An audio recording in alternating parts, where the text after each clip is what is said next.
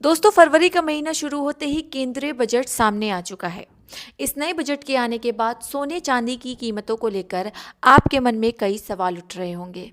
क्या सोने चांदी की कीमतों पर भारी गिरावट आएगी, या जिन लोगों ने 2026 की शुरुआत में सोने चांदी खरीदे हैं, क्या उनका लॉस होगा, या क्या आने वाले दिनों में सोने चांदी पर इन्वेस्ट करना सही होगा या नहीं। अगर आप इन सारे सवालों के जवाब चाहते हैं तो इस वीडियो को पूरा ज़रूर देखिए। दोस्तों, पिछले हफ्ते तक 24 कैरेट सोना 1,79,000 प्रति 10 ग्राम के स्तर पर था। लोग मान चुके थे कि सोना अब और ऊपर ही जाएगा, लेकिन बजट आने के अगले दिन ही यानी आज सुबह ही जैसे रेट सामने आया, सब चौंक गए। सोना सीधे गिरकर 1,47,320 रुपये प्रति 10 ग्राम पर आ गया है। करीब 31,000 की गिरावट आई है। अब सोचिए, जिसने कल सोना खरीदा होगा उसके मन में आज क्या चल रहा होगा।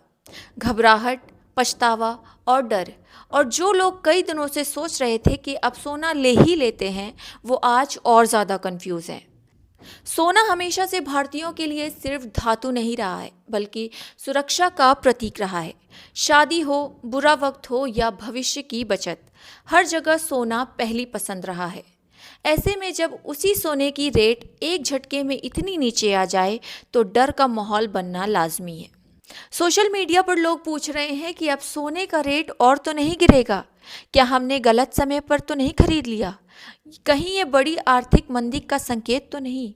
लेकिन दोस्तों, यहीं पर ज़रूरी है आपको थोड़ा रुककर सोचने की। हर गिरावट हमेशा नुकसान का संकेत नहीं होती है। सोना कोई ऐसा शेयर नहीं है जो एक खबर से आधा हो जाए।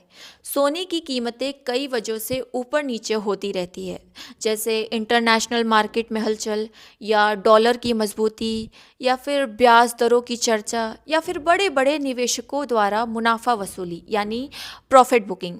कई बार जब सोना बहुत तेज़ी से ऊपर जाता है तो स्वाभाविक रूप से एक करेक्शन आ जाता है, और आज की गिरावट को भी एक एक्सपर्ट इसी नज़र से देख रहे हैं।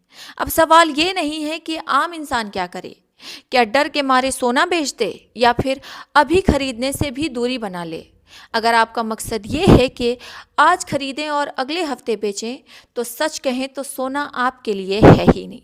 सोना शॉर्ट टर्म ट्रेडिंग का खेल नहीं है, लेकिन अगर आप लॉन्ग टर्म सोचते हैं, जैसे बच्चों की शादी, या आने वाला 5-10 साल की सुरक्षा, या फिर महंगाई से बचाव, तो ऐसी गिरावट डराने वाली नहीं है, बल्कि सोचने वाली है।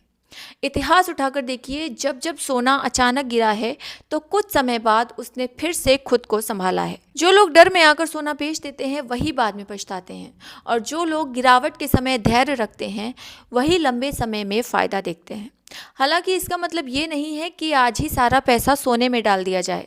समझदारी इसी में है कि निवेश धीरे धीरे किया जाए, थोड़ा आज, थोड़ा बाद में, या अगर रेट और नीचे जाए तो अगला मौका समझिए।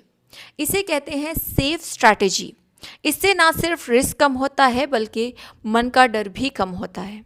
आज के समय में सोने के कई विकल्प हैं, जैसे गोल्ड ईटीएफ, डिजिटल गोल्ड, या सोवरेन गोल्ड बॉन्ड। यानी न तिजोरी की टेंशन, न चोरी का डर।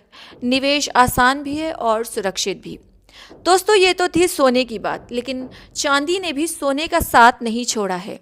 जो चांदी पिछले हफ्ते 4,10,000 किलो था, वही बजट आने के बाद चांदी 3 लाख प्रति किलो हो गया है। तो कुल मिलाकर तस्वीर साफ है, आज की गिरावट कोई तबाही नहीं, ये सोने की कमज़ोरी नहीं, बल्कि बाजार की एक स्वाभाविक चाल है। डरना आसान है, लेकिन समझदारी से फैसला लेना ज़रूरी है। याद रखिए, निवेश वही सफल होता है जो डर से नहीं, सोच से किया जाए। अब फैसला आपका है, डर के साथ चलना है या समझदारी के साथ। बहुत शुक्रिया। मेरा नाम है सानिया। ऐसी और वीडियोस देखने के लिए मेरे चैनल को सब्सक्राइब करिए, सानिया ऑन रिकॉर्ड को।